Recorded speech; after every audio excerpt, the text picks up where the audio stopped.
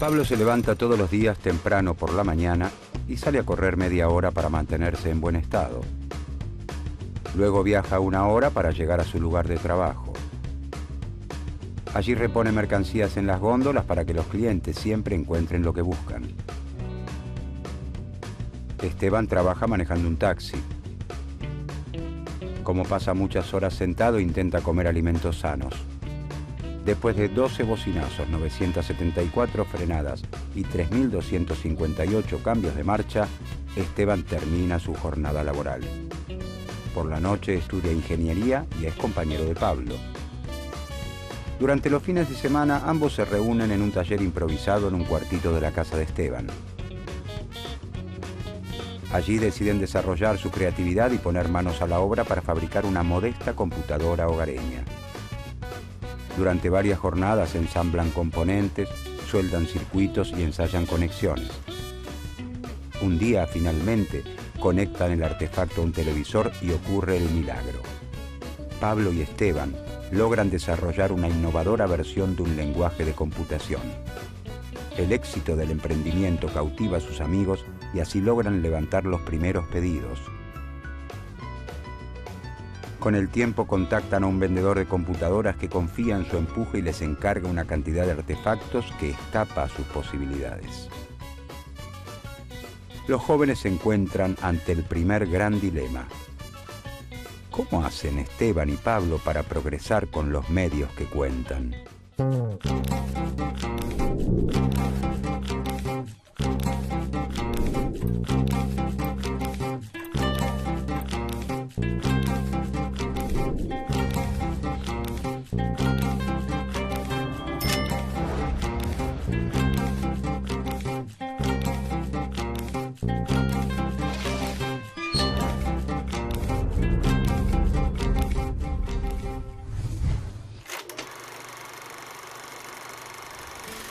Considerado el padre de la economía política, Adam Smith prefiere presentarse como filósofo moral. Nace en Kirkcaldy, un pequeño poblado de Escocia, en 1723.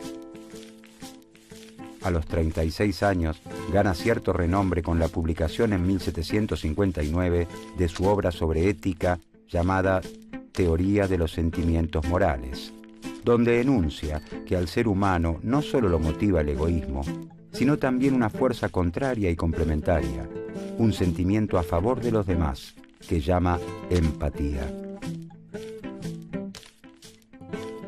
Estamos en los albores de la revolución industrial y la prosperidad que Smith descubre en Glasgow despierta su atención, que se concentrará en las prácticas mercantiles de sus vecinos para tratar de explicar como buen filósofo qué es el nuevo mundo que lo rodea. Desde 1763, Adam Smith recorre durante 3 años Toulouse, Ginebra, París y Londres. Conoce a Quesnay y a Turgot, los fisiócratas franceses, y a los iluministas Voltaire, Diderot y Benjamin Franklin y sus ideas de libertad que inspirarán la Revolución Francesa. Embebido de este espíritu de época que busca comprender los fenómenos de manera científica, enfrentado al pensamiento religioso, escribe su segundo libro, una investigación sobre la naturaleza y causas de las riquezas de las naciones, que verá la luz en 1776 y será conocido como La riqueza de las naciones. Este es considerado el primer libro de economía moderna y el primero en sistematizar científicamente las bases del capitalismo.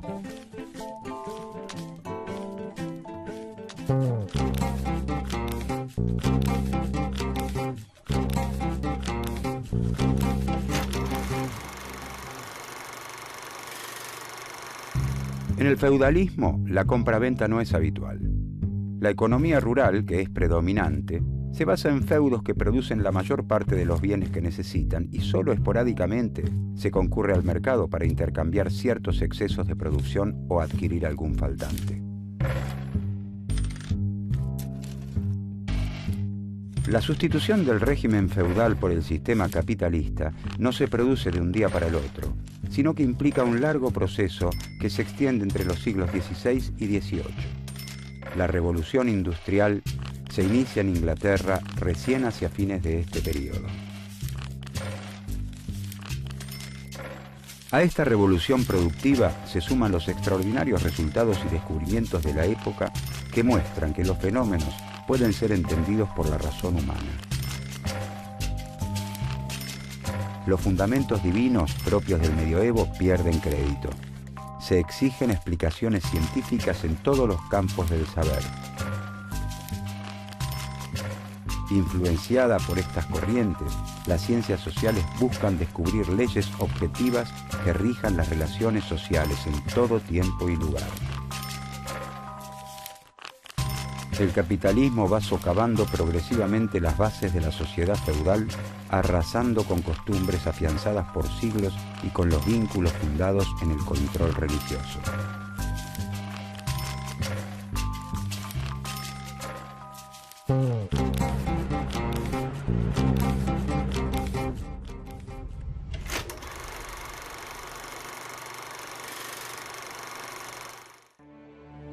En ese entonces coexisten en Europa distintas formas de producción. Por un lado, los artesanos elaboran bienes en sus talleres. El ebanista, con sus máquinas, sus herramientas y sus maderas, fabrica todo tipo de muebles para que un comerciante los venda en los mercados. En este caso, los medios de producción siguen perteneciendo al trabajador. El mercader vende los muebles que fabrica el artesano ebanista. Gracias a los avances en la navegación, los comerciantes realizan viajes cada vez más largos a lugares remotos, lo que permite la venta de productos de mayor cuantía y, por lo tanto, el alza en las ventas y la ampliación de los mercados. El mercader recibe pedidos de otros mercados, donde se espera que se utilice una madera particular y que los muebles reciban un orlado determinado, con unas herramientas especiales que en Europa no se utilizan. Como la adquisición de esa materia prima y de las herramientas escapa ya al bolsillo del artesano, es el mercader quien las compra y pone a disposición del ebanista. Con el tiempo, cada artesano va trabajando en forma exclusiva con un mercader, quien le compra toda su producción y hasta le entrega las materias primas necesarias. La forma de producción distintiva de la época es la manufactura. El principal cambio está relacionado con la manera en que se organiza la producción. En lugar de trabajar en sus talleres, los artesanos se reúnen bajo un mismo techo a las órdenes de un nuevo actor, el capitalista industrial. Este es el dueño de las máquinas, las herramientas y las materias primas, y le indica a cada uno de los trabajadores qué actividad debe realizar. En una fábrica de alfileres, propiedad del capitalista industrial, un obrero estira el alambre, otro lo endereza, un tercero lo va cortando en trozos iguales, un cuarto hace la punta y un quinto operario está ocupado en limar el extremo donde se va a colocar la cabeza. A su vez, la confección de la cabeza requiere 2 o 3 operaciones distintas.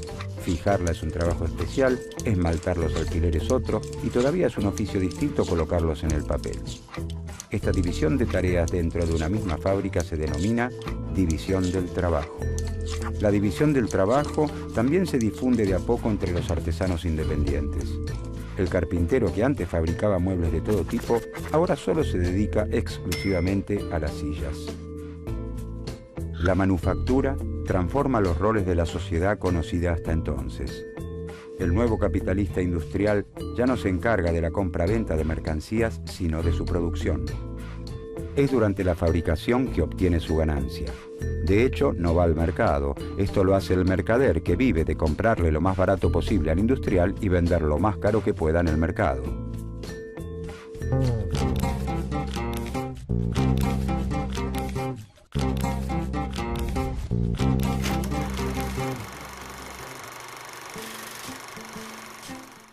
Para Smith, la división del trabajo provoca un gran incremento en la riqueza y en la cantidad de mercancías que produce la sociedad.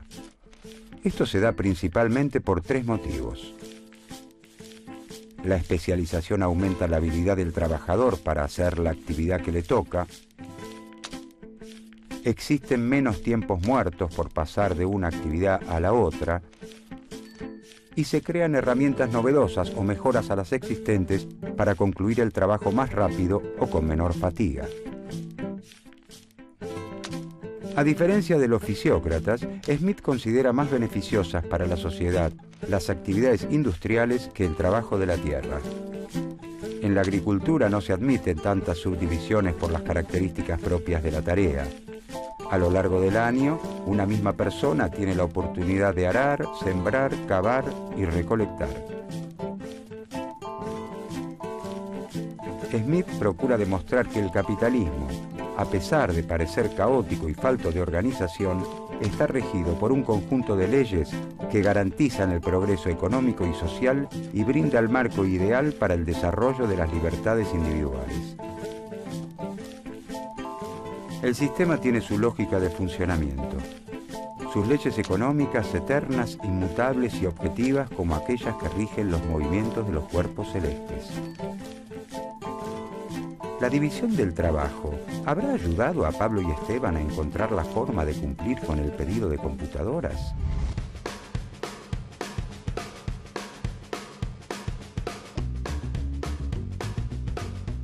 Pablo y Esteban han decidido montar una pequeña fábrica de PCs hogareñas en un cuartito de la casa de Esteban. Como primera medida, deciden buscar una persona que lo financie. Rápidamente consiguen el apoyo económico de un tío de Pablo, que adelanta un capital para la compra de insumos.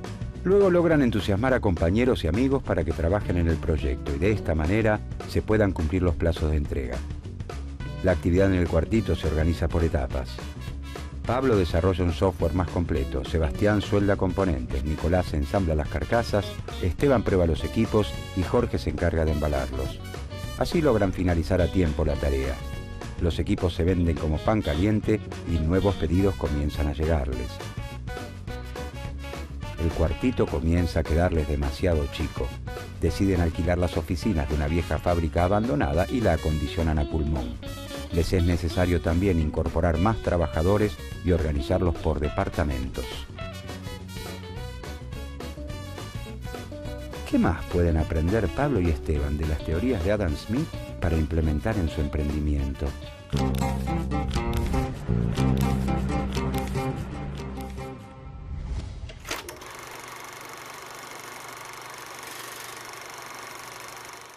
Smith cree que la fuente de toda riqueza es el trabajo de una nación.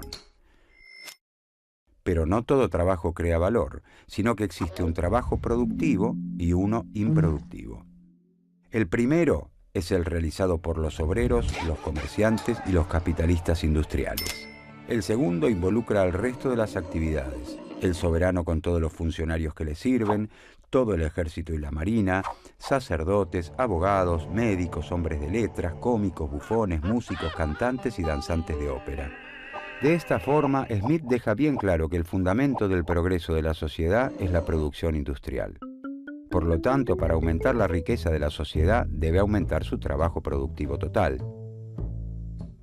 De acuerdo con Smith, el motor que propulsa este incremento se encuentra en un atributo propio de la especie humana. Los hombres y mujeres, les guste o no, tienen una tendencia a comprar y a vender. Es una característica del ser humano tan natural como beber, comer o copular. A esto denomina la propensión natural al cambio. En este sentido, en 1776, cuando se publica La riqueza de las naciones, es imposible no preguntarse ¿por qué, si la compra-venta de mercancías es innata, no aparece con anterioridad? Smith explica que la propensión al intercambio propia de nuestra naturaleza no puede manifestarse con anterioridad porque el tamaño del mercado no es suficiente. Cuando el mercado es muy pequeño, los individuos temen dedicarse por entero a una actividad, ya que existe la posibilidad de que luego no logren cambiar el sobrante de sus mercancías por esas otras que no producen y necesitan. A la manifestación plena de la propensión al cambio han venido a colaborar los notables descubrimientos en los sistemas de transporte fluvial que permiten a los comerciantes realizar largos viajes y llegar a nuevos mercados. Ya con grandes mercados, las personas se animan a dedicarse por completo a la elaboración de un producto. Están seguros de que podrán obtener, a cambio de sus mercancías, los bienes que necesitan y no producen.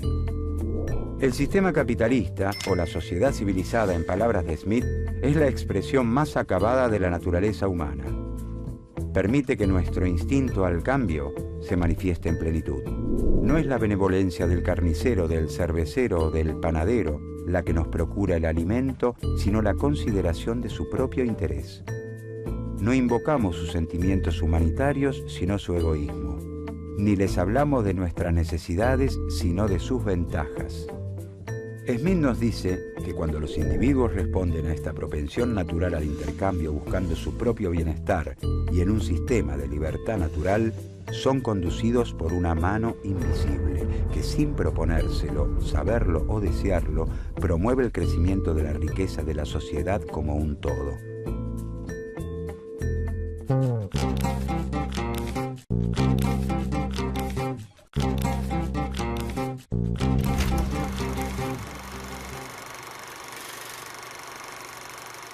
Smith señala que las mercancías tienen dos valores: el valor de uso y el valor de cambio. El valor de uso deriva del hecho de que son útiles, pueden satisfacer alguna necesidad humana. La silla tiene valor de uso porque sirve para sentarse.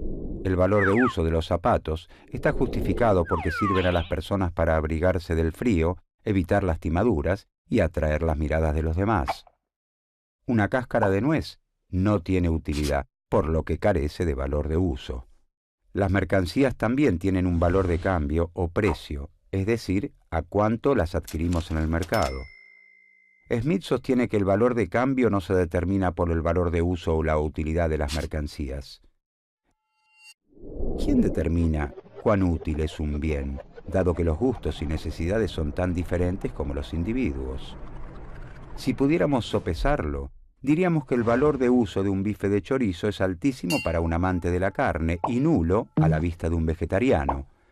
¿De dónde surge entonces el precio? En la sociedad ruda y primitiva, es la cantidad de trabajo utilizada en la producción de las mercancías lo que rige el intercambio.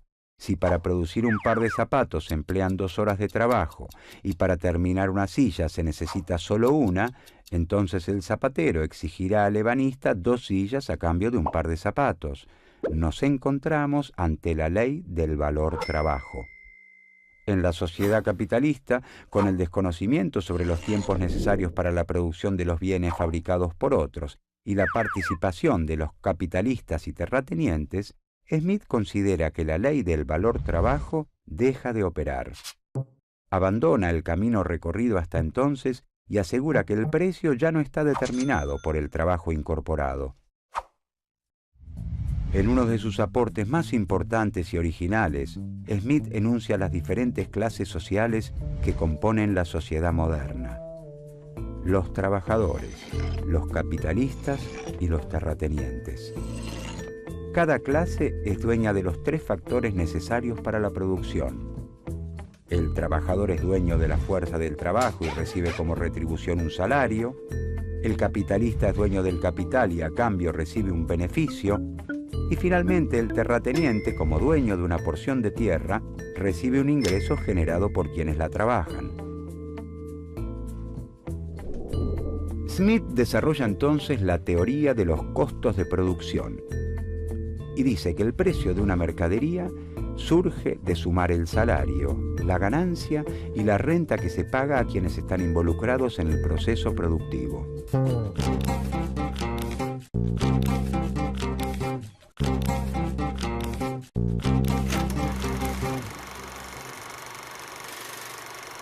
En toda sociedad, según Smith, existe un nivel promedio de salarios, beneficios y renta. Dichos niveles son llamados niveles naturales. Cuando el precio de venta alcanza a pagar exactamente los salarios de los trabajadores, el beneficio del capitalista y la renta del terrateniente de acuerdo con sus niveles naturales, la mercancía se vende por lo que realmente vale. Este es el precio natural.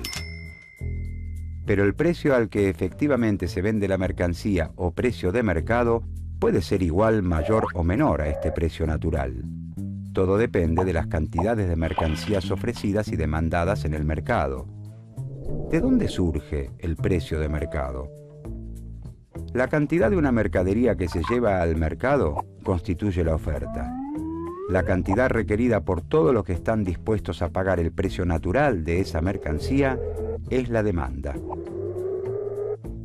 cuando la oferta no alcanza a abastecer la demanda, algunos de los compradores estarán dispuestos a pagar más por ella. La competencia que surge entre los compradores hará subir el precio de mercado por sobre el precio natural. Entonces, el precio de mercado será mayor que el precio natural. Es lo que ocurre con las frutas de estación fuera de temporada. Por ejemplo, el precio de mercado de las frutillas aumenta durante la época invernal al disminuir la oferta. Cuando la cantidad de una mercancía que se lleva al mercado excede la demanda requerida por los compradores, no es posible vender todas las mercancías al precio natural y la competencia entre los vendedores, que dependerá del apuro por desprenderse de sus mercancías, hará bajar el precio de mercado por debajo del natural. Promediando la primavera, el precio de mercado de las frutillas baja porque sube la oferta. Cuando la oferta y la demanda son iguales, el precio natural y el precio de mercado coinciden y nos encontramos en el precio de equilibrio del mercado. Estamos ante la ley de la oferta y la demanda.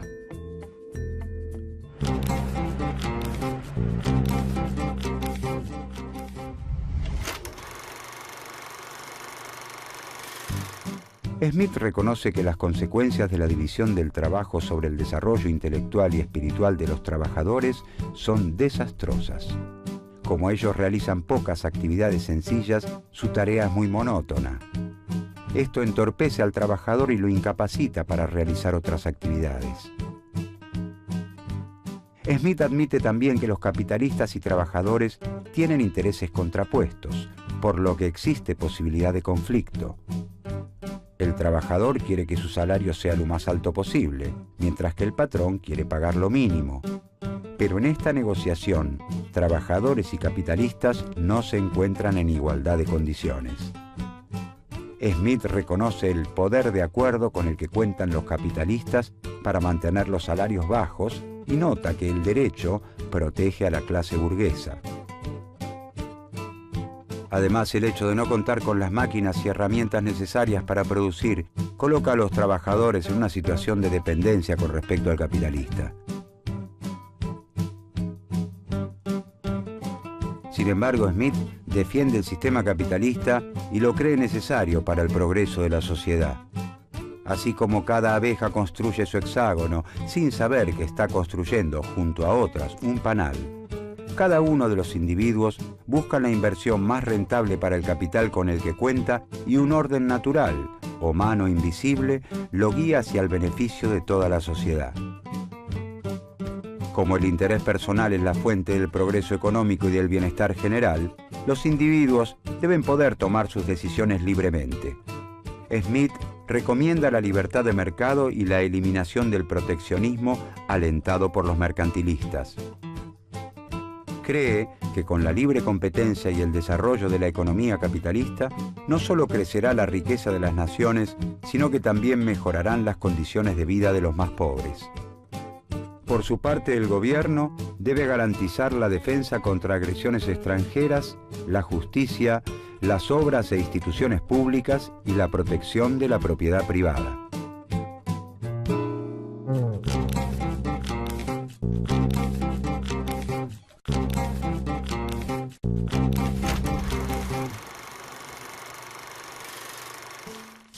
Adam Smith fue un agudo pensador, fundador de la economía política, la expresión de un espíritu en los albores del sistema capitalista y la revolución industrial. La riqueza de las naciones marcaría a los más influyentes pensadores del siglo XIX y aún hoy sigue inspirando a los defensores del libre mercado. En su libro, Smith sostiene que a pesar de parecer caótico y falto de organización, el capitalismo se rige por leyes que garantizan el desarrollo de las sociedades. Y son esas leyes las que Smith, a través del método científico, busca describir.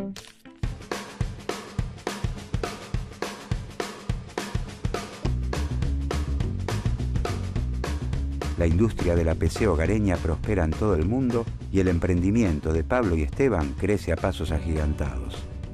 Los beneficios de la actividad son casi en su totalidad reinvertidos en la fábrica, de manera tal que en pocos años les es posible la compra de la vieja planta fabril, tecnificarla y contratar mayor y mejor mano de obra. El pueblo también se beneficia con el emprendimiento. Crecen las industrias alrededor de la fábrica y con ellas la cantidad de habitantes. El gobierno colabora con las obras de infraestructura, construye caminos, escuelas y hospitales. Una mano invisible parece también acompañar ese crecimiento y el bienestar se extiende a toda la sociedad.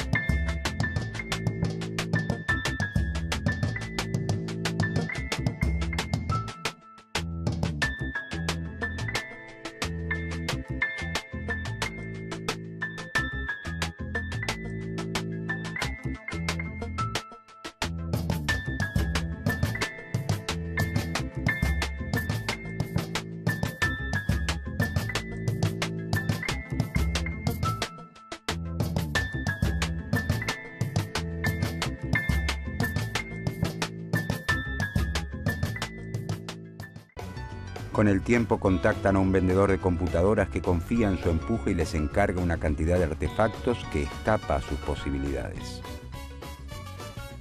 Los jóvenes se encuentran ante el primer gran dilema.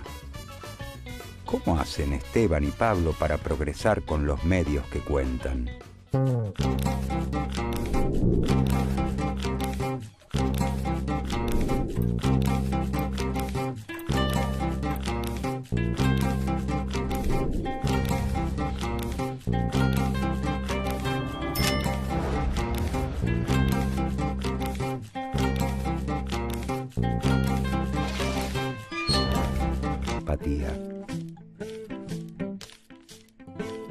Estamos en los albores de la revolución industrial y la prosperidad que Smith descubre en Glasgow despierta su atención, que se concentrará en las prácticas mercantiles de sus vecinos para tratar de explicar como buen filósofo que es el nuevo mundo que lo rodea. Desde 1763, Adam Smith recorre durante 3 años Toulouse, Ginebra, París y Londres. Conoce a Quesnay y a Turgot, los fisiócratas franceses, y a los iluministas Voltaire, Diderot y Benjamin Franklin y sus ideas de libertad que inspirarán.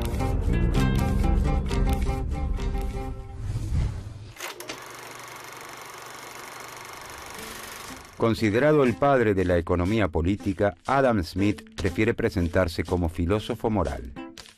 Nace en Kirkcaldy, un pequeño poblado de Escocia, en 1723. A los 36 años, gana cierto renombre con la publicación en 1759 de su obra sobre ética llamada Teoría de los Sentimientos Morales, donde enuncia que al ser humano no solo lo motiva el egoísmo, sino también una fuerza contraria y complementaria, un sentimiento a favor de los demás, que llama empatía.